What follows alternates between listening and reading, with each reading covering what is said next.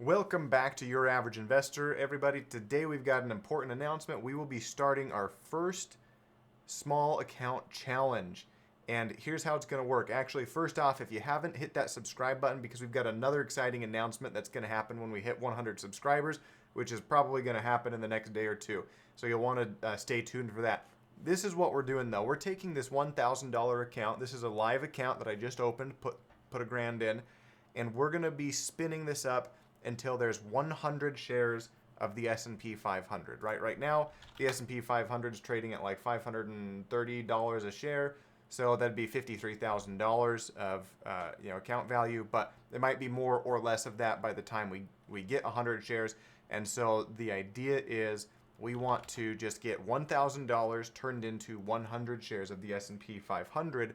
The way that we're going to be doing that is through wheeling different stocks. Now, if you're not familiar with the wheel strategy, again, hit that subscribe button. We'll be putting out some videos explaining that strategy so you can get familiar with it before this challenge starts. We'll be starting this challenge in about a week, maybe 10 days, once we find a good entry on one of these positions. And the way that the wheel works is you are either selling covered calls or cash secured puts on equities in order to collect the premium and rotate that over and over and over again. So in this case, right, I've got, as an example, SOFI. If I were going to be buying this today, I'd buy 100 shares for $726. And then what I would do is I would immediately look to sell a covered call on the position. And I'd probably sell something like this call 8 for $13, $14. And what that means is over the next 28 days, if SOFI is below $8 per share, I keep that $14. And then I look another 30 days out and I sell another covered call for another 14, 15 bucks. But if it gets to $8 or above, then I have to sell my 100 shares at $8 per share. And that's okay because I would be making a profit of about $74 or so on the appreciation plus $15 on this. So I'd be making like 90 bucks in 30 days on a $725 position, which is really dang good. And then I would just turn around and I would sell some cash secured puts, or I would look at maybe entering one of these other positions depending on where they're at. So let's just say I wanted to wheel SOFI. Then I would turn around, I'd sell cash secured puts. And if it's at $8, maybe I'm selling the put 7.5 for about 20, 30 bucks.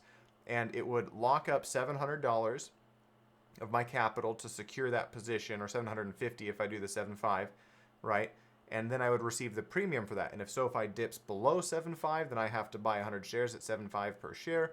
But if it stays above, that put option expires worthless, and I just do the same thing again the next month until I get to where I have about, $1,500 or so.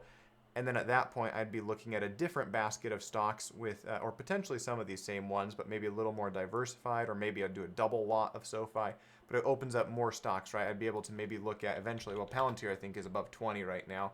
But say I wheeled up to $2,000 or $2,500, then I would maybe look at something like buying Palantir and selling calls on this, because now I'm making, $50 per 100 shares as opposed to $15 per 100 shares. So that's what we're going to be doing. Follow along, hit that subscribe button. If you want to follow with us, you're welcome to. This is not financial advice. We're just doing this for education and entertainment so that you can see how it's done and what it looks like. And we're excited for this. We're excited again to hit 100 subscribers. It went way faster than we expected to. You guys have been awesome. And we have a special announcement for when we hit that 100 subscriber mark. So stay tuned. You're going to want to pay attention to that. And we'll catch you next time.